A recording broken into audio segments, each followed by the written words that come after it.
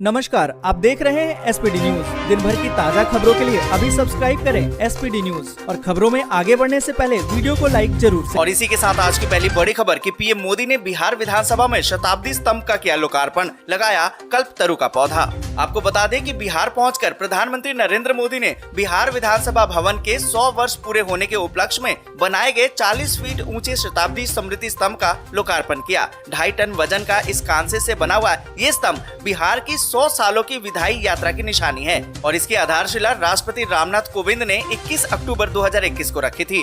और आपको बता दें कि प्रधानमंत्री ने शताब्दी स्मृति उद्यान का नामांकन करने के साथ ही उसमें कल्पतरु का शिशु पौधा भी लगाया। और इसी के साथ अगली बड़ी खबर कि शिवसेना सांसदों की जिद के आगे झुके उद्धव ठाकरे, राजग उम्मीदवार द्रौपदी मुर्मू को समर्थन देने का किया ऐलान। आपको बता दें कि शिवसेना अध्यक्ष उद्धव ठाकरे ने मंगलवार को एक बड़ी घोषणा कर दी है। उन्होंने राष्ट्रपति चुनाव में राजग उम्मीदवार द्रौपदी मुर्मू को समर्थन देने के लिए हामी भर दी है। आपको बता दें कि महाराष्ट्र की सत्ता हाथ से जाने के बाद उद्धव ठाकरे एक नई मुश्किल में पड़ गए थे, जिसमें उनकी पार्टी के ज्यादातर सांसदों ने राजग उम्मीदवार द्रौपदी मुर्मू को समर्थन देने की अपील की थी। और इसी के साथ अगली बड़ी खबर कि महाराष्ट्र गुजरात में आसमान से बरसी है आफत, बाढ़ के हालात, अब तक 140 की मौत। आपको बता दें कि देश के कई राज्यों में बारिश की बूंदें आसमान से आफत बनकर गिर रही है। महाराष्ट्र हो, गुजरात हो, कर्नाटक, मध्य प्रदेश या फिर असम हो, इसके अलावा कई राज्यों में भारी बारिश का तांडव देखने को मिल रहा है। मूसलाधार बारिश की वजह से कई जिलों में बाढ़ की स्थिति बन गई है। इसके अलावा पहाड़ी इलाकों में जो लगातार बारिश हो रही है, वहाँ भूस्खलन से लोगों की जान भी जा रही है। बारिश के चलते कई नदियाँ उफान पर है। वहीं मौसम विभाग ने कई राज्यों में अलर्ट भी जारी कर दिया है। बारिश से सबसे ज्यादा बुरा हाल महाराष्ट्र और गुजरात का है। दोनों राज्यों में अब तक कई लोगों की जान भी जा चुकी है। रिपोर्ट्स की माने तो महाराष्ट्र में 1 जून से अब तक 83 लोगों की मौत हो चुकी है। और इसी के साथ अगली बड़ी खबर की अखिलेश से रार, फिर पार्टी में बगावत। राष्ट्रपति चुनाव पर ऐलान से पहले ओपी राजभर खुद भंवर में गिरे।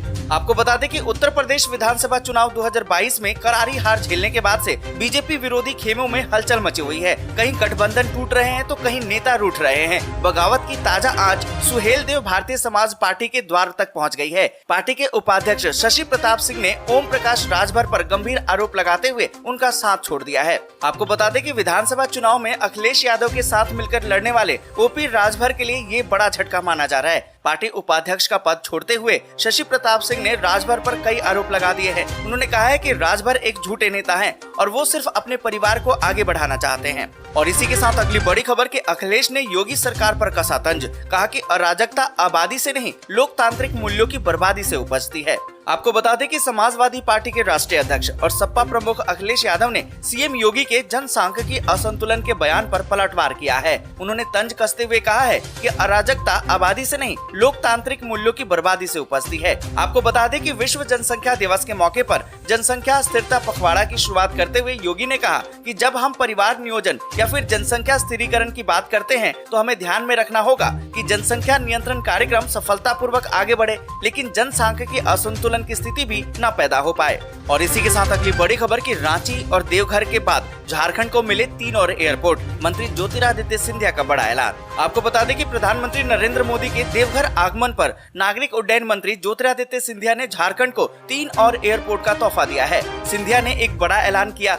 जल्द ही उन्होंने कहा कि बोकारो, दुमका और जमशेदपुर में एयरपोर्ट बनेंगे। देवघर एयरपोर्ट पर प्रधानमंत्री नरेंद्र मोदी का गर्मजोशी से स्वागत करने के बाद नागरिक उड्डयन मंत्री ज्योतिरादित्य सिंधिया ने मंच से घोषणा की कि झारखंड को 3 और हवाई अड्डे मिलेंगे। उन्होंने ये भी कहा कि कनेक्टिविटी बढ़ाने के लिए राज्य में 14 नए हवाई मार्ग उपलब्ध करवाए जाए। और इसी के साथ आज की बड़ी खबर कि बैंक ऑफ बड़ौदा ने ग्राहकों को दिया झटका, लोन लेना अब हुआ महंगा, अब चुकानी पड़ेगी ज्यादा EMI। आपको बता दें कि बैंक ऑफ बड़ौदा ने लोन के लिए सीमांत लागत पर आधारित ऋण दर को 0.15% तक बढ़ा दिया है। अब नई दरें 12 जुलाई से लागू भी हो गई हैं। अब बैंक से मिलने वाले कई प्रकार के लोन पहले से अधिक महंगे हो गए हैं। यहाँ पर आपको बता दें कि बैंक ऑफ बड़ौदा ने छोटे टेन्योर को राहत देते हुए MCLR दरों में कोई बदलाव नहीं किया है। मसलन की ओवरनाइट या फिर 1 महीने की अवधि वाले लोन की ब्याज दर पहले की तरह ही रहेगी। और इसी के साथ अगली बड़ी खबर कि इस साल आटे के दाम करीबन 9% बढ़े, नूडल्स से लेकर बिस्कुट तक सब कुछ महंगा। आपको बता दें कि गेहूं के आटे और इससे बने हुए उत्पादों के निर्यात पर प्रतिबंध 12 जुलाई से लागू हो गया है। अब जो भी व्यापारी आटा, मैदा या इनसे बनी हुई चीजों का निर्यात करना चाहते हैं, उन्हें कमेटी की तरफ से मंजूरी लेनी होगी। इससे पहले 13 मई को सरकार ने गेहूं की कीमतों को कंट्रोल करने के लिए एक्सपोर्ट पर रोक लगा दी थी। इस रोक के बाद आटा, मैदा और सूजी के एक्सपोर्ट में तेजी आई थी। यहाँ पर आपको बता दें कि गेहूं के आटे की कीमतों में इजाफा हुआ है। साथ ही आपको बता दें कि आटे से बने प्रोडक्ट्स के दाम भी बढ़े हैं। 14 मार्च को नेस्ले इंडिया ने मैगी के छोटे पैक की कीमत 12 रुपए से बढ़ाकर 14 रुपए कर दी। वहीं 10 रुपए वाले 140 ग्राम के पार्ले जी बिस्किट का वजन घटाकर 110 ग्राम कर दिया गया। और इसी के साथ अगली बड़ी खबर कि कोरोना वायरस में आ रहा है म्यूटेशन, बन सकता है बड़ा खतरा। क्या पुराना डेल्टा वेरिएंट फिर से आएगा वापस?